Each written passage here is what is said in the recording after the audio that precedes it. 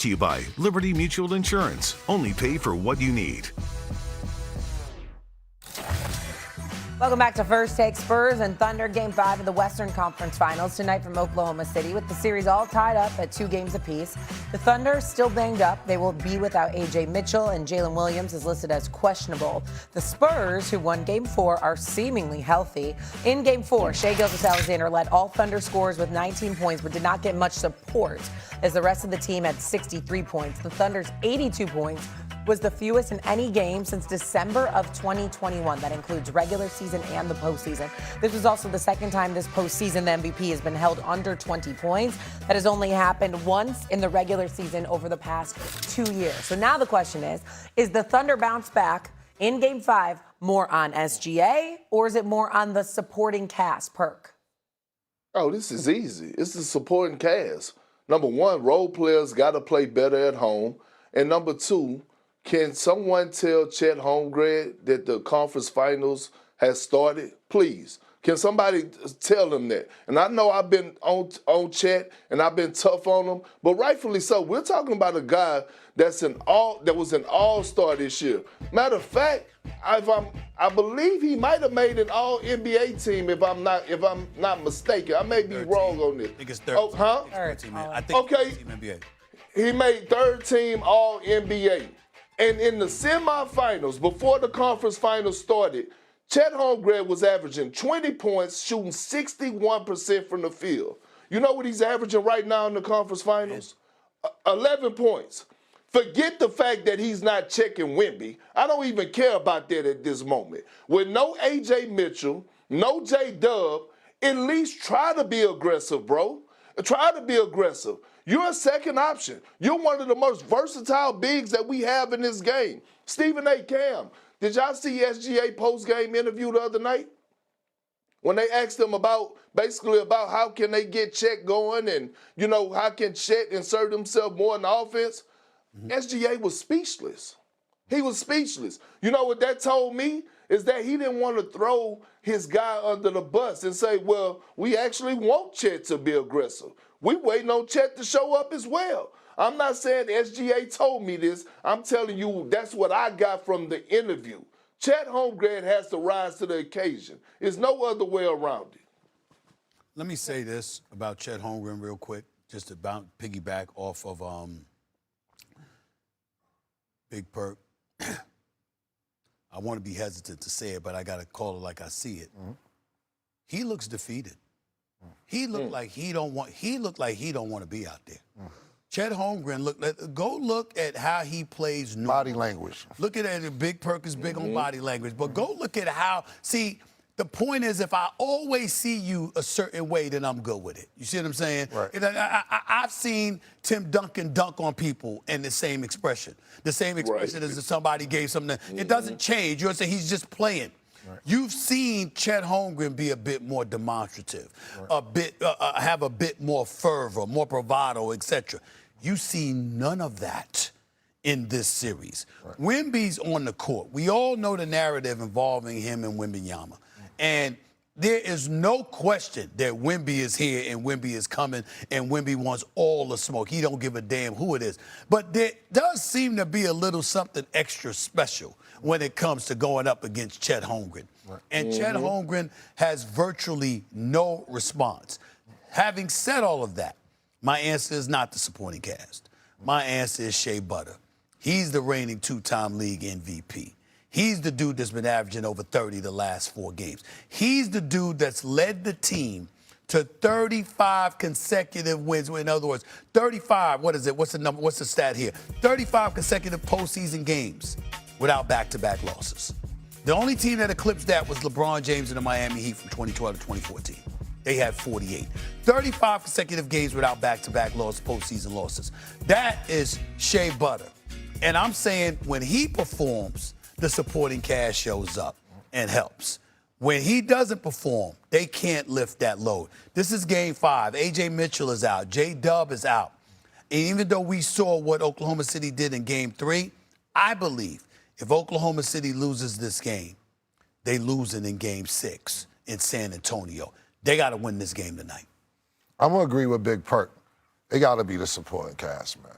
SGA is they're going to double the team SGA. They're monitoring him because he's saying he's falling all over the floor. He's under the microscope right now. They got to help out.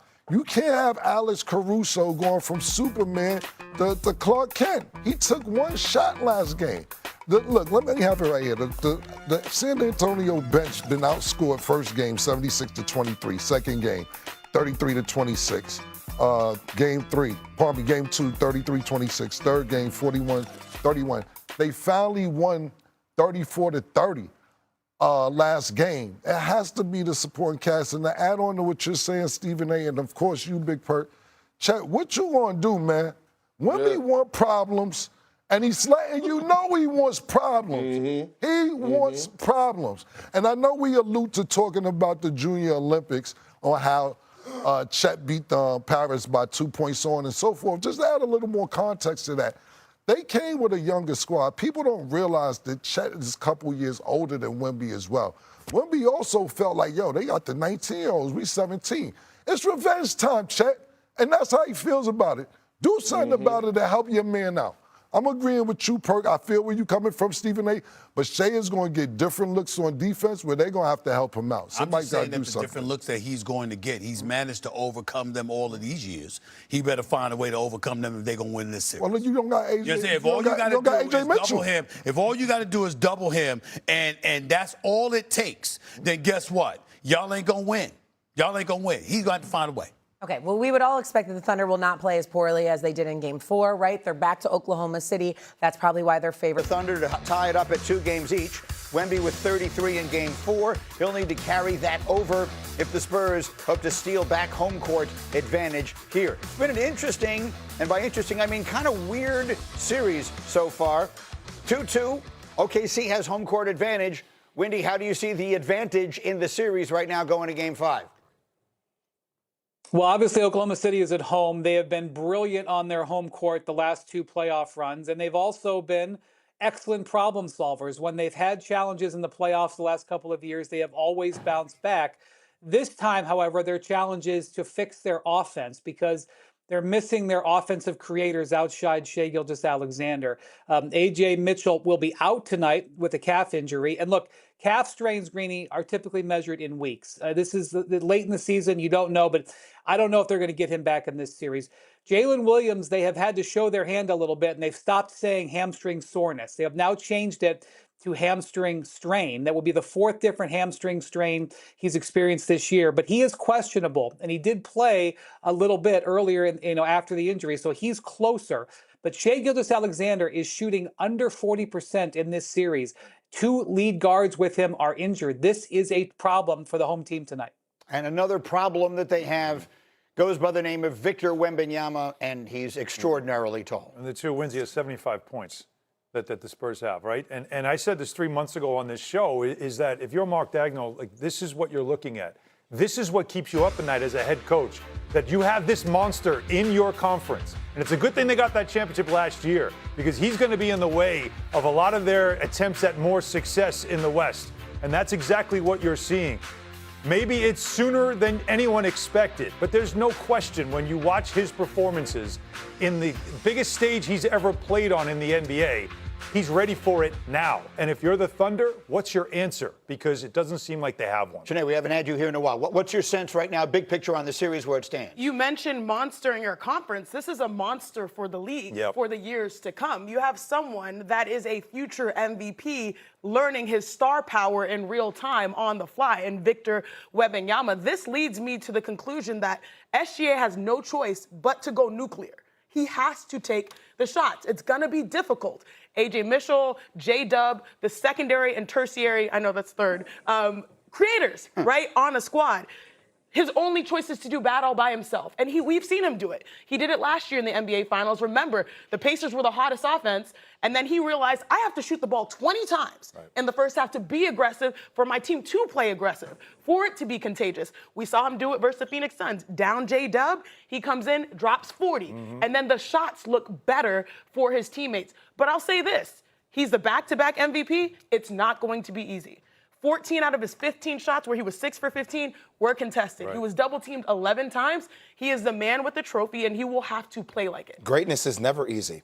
And both you and Wendy made mention of the problem for us. No, this is an opportunity. This is an opportunity For SGA? For SGA. You're at home, defending world champions. You're down 2 ball handlers. This is when the greatest players grab on that mantle and say, no, okay, it's time. And what have all the conversations been about whether it's him flailing into the free throw line? All that stuff does not matter. It matters about this moment. And I know it's never one player versus 5. But we all have to talk about the best players in the game of basketball. Can they elevate their level of play and the players around them in the biggest moments? And this is a massive moment for SGA. And that's okay to say. Wendy. Yeah, so the big thing with this challenge is that the Area 51, what they call Area 51, that's Stefan Castle as the primary defender. He is one of the strongest perimeter defenders in the league already, just in his 3rd season. And then you have the backline defender of the 7'5" guy who's the unanimous defensive player of the year. This is why he's only shooting 39%. This is a guy who shot 55% in the regular season, okay? And the big adjustment that the Spurs made between games 3 and 4 is they stuck the Oklahoma City shooters. The Oklahoma City shooters were killing them from outside. Now Shea is going to have to do it in a more heads-up situation. He's not going to have the shooters necessarily unless he breaks that strategy. You're shaking your head because I know it's practical and I know it's realistic, but like, what do we say about Kenny Atkinson? At some point, you're like, I don't want to hear it.